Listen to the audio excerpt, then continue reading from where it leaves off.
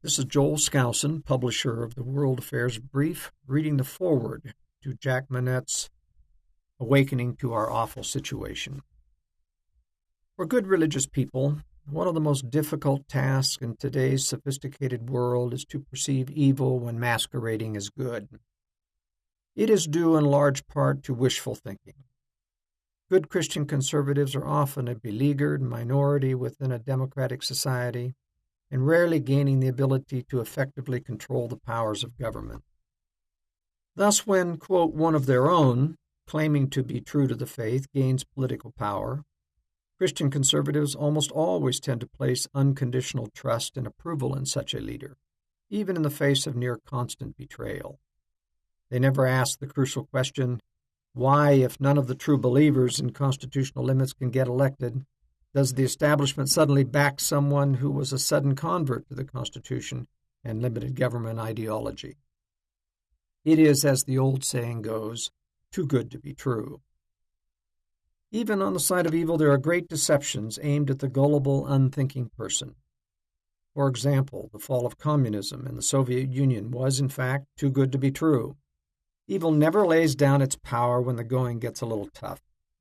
Sophisticated evil leaders might do so as a ploy to gain further advantage, but it's never real, unless accompanied by the signs of real repentance and airing all the bloody linen from past repressions. Historically, this has happened only rarely, and then only to an individual who has a deep religious experience, never to an evil group of leaders as a whole. So why would people fall for this grand deception? Perhaps the greatest of all deceptions the world has yet seen. Mostly it's a failure to learn or remember enough history to realize such things just don't happen in human nature. Perhaps people are prone to believe in these things because they provide justification for continued illusions of peace and prosperity. Another reason people so easily believe in deception is that the establishment media often promotes these grand deceptions as truth. Most people seem to be all too comfortable to let establishment experts do their thinking. Mental laziness is also a factor, the failure to ask the key questions. Journalists fail to ask key questions because such questions lead to conclusions their editors have already told them are off limits. Ultimately, the cards are stacked against the common person who won't think critically, who doesn't really know history, and who relies on powerful, controlled media forces to tell him what to think. But not having critical thinking skills alone is not necessarily fatal to reaching truth. If a person has developed a refined conscience and can sense when something is wrong, even if denied the complete information, he or she can begin the search for better truth and eventually find it. It's out there in the alternative media. Perhaps this lack of spiritual perception is at the root of our declining state of reality. In reality, much of the blame must be laid at the feet of those who perpetrate deceptions in the first place, for they know what they're doing. Many people are conditioned to a certain value system that does not include deceit or expendability of human life, and cannot conceive that anyone or any group could ascribe to such practices. What's more, their misunderstanding of the reality of Satan frequently hinders their judgment. Sadly, lack of thinking ability can't be easily solved by more education. There are many overeducated people who are unable to see what's real in life. And education is certainly no cure. If filled with errors and incorrect principles, education can actually inhibit one's ability to perceive truth. For example, almost all establishment sources, including education institutions, attack mercilessly any person who believes in conspiracy. And this, despite the evidence that conspiracies have always been present in the world since its creation. Even those who observe solid evidence of conspiracy will almost always apologize and explain away what they see, rather than face the stigma of being labeled a conspiracy nutcase. Unfortunately, members of the LDS faith are particularly prone to this kind of denial and refusal to address the core political controversies of our time. Having fought their way out of a persecuted background, they have emerged into the warm sunshine of public acceptance and long for more. However, establishment recognition and praise has its price, and the tough truths must be soft-pedaled and political correctness must be praised.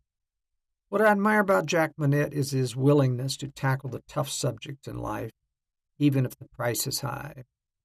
In this book, he has the courage to sound a warning about evil, not just the common criminal type of evil that plagues individual people, but systematic evil, evil that is planned, coordinated, and multifaceted, evil that was specifically prophesied in the Book of Mormon. Indeed, the worst kind of evil is not to be found in any single rogue individual. What is much worse is a combination of power, wherein many evil persons unite their efforts under a central guiding hand, a secret combination, if you will.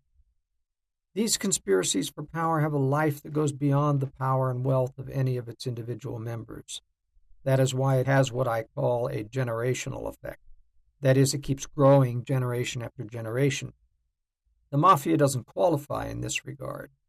Because it is purely a conspiracy to get gain, its organization ruptures frequently into bloody killings and turf battles.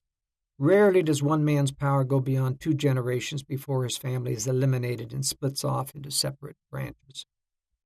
The highest levels of secret combinations are run by Satan himself, and not always uniform in organization and structure. Sometimes competing conspiracies operate. Sometimes the organizations morph into innocuous service organizations to mask their real purpose. They often use high ideals and naive people to front for them. Every tactic is used in order to guard against discovery. Perhaps the most effective of all is to use allies within the top levels of the media to make sure that the conspiracy word is always treated with derision. The LDS faith has a great advantage in this world of deception. It's the only church with multiple scriptures warning the saints to beware of these powerful secret combinations. The Book of Mormon in particular points out the way they operate, specifically touching upon their ability to use government and judges to provide cover and immunity. Yet strangely, most Mormons pay little attention to this threat. Part is because it is disguised and not obvious to the cursory glance. Part is because LDS people want desperately not to believe in the evils of government. They might have to do something about it. But with those Book of Mormon warnings comes a grave responsibility to see the danger within and to warn others, lest we be partially responsible for the fall of liberty. No, it's not something you can leave to government, because the modern-day Gadianton robbers have fully taken over large parts of government, particularly the illegal dark side operations of federal enforcement agencies. We get a glimpse now and then of these evil operations when good federal officials see something and blow the whistle, which usually lands them in jail. Jack's works provide just enough details, you see Chapter 11, to jolt us into a realization of the scope of illicit activities sponsored by government. I must disabuse you of the temptation to consider each of these samples he cites as merely the work of rogue government agents. This problem is systemic. The protection of lower-level illegal acts comes from higher government officials, not outside agents, not mafia criminals or supposed terrorists. Whistleblowers within government consistently complain that their appeals higher up the chain of command are met with outright hostility and career-ending threats. Worse, other officials with a sworn duty to protect whistleblowers are found guilty of direct collusion and foreknowledge of the crimes. They systematically engage in obstruction of the investigation directly and deter a successful prosecution through control of key judges. Again, these are not rogue agents, but a seasoned network of persons operating in collusion across supposedly independent branches of government. What this book gives you is a glimpse into the bowels of evil operating just below the surface of the, quote, freest country on earth. The author feels correctly that it's time to take a serious look at the consequences of continued blindness to this growing and prophesied menace. Finally, there is a myth floating around that has inhibited many a person from accepting the reality of a modern-day secret combination of power. In essence, it states, such a huge, broad-based conspiracy of power within government would be impossible to control and keep secret. Something would leak out if it were true.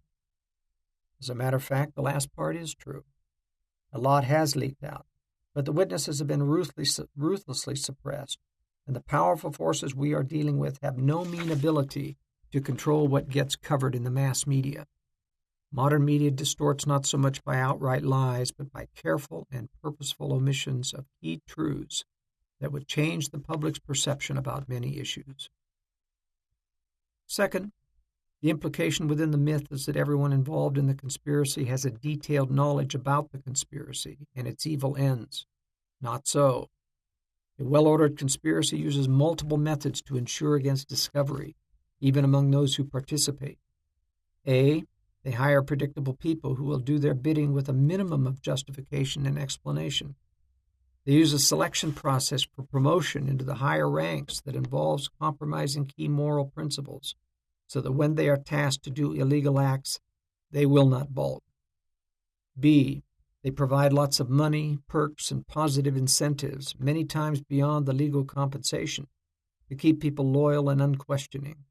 Those who ask too many questions or express reluctance get fired.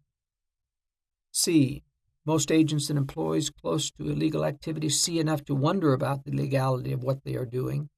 They are fed a basic line that, quote, yes, there's a power center, but it is benevolent. We have to do things in secret because the people wouldn't understand.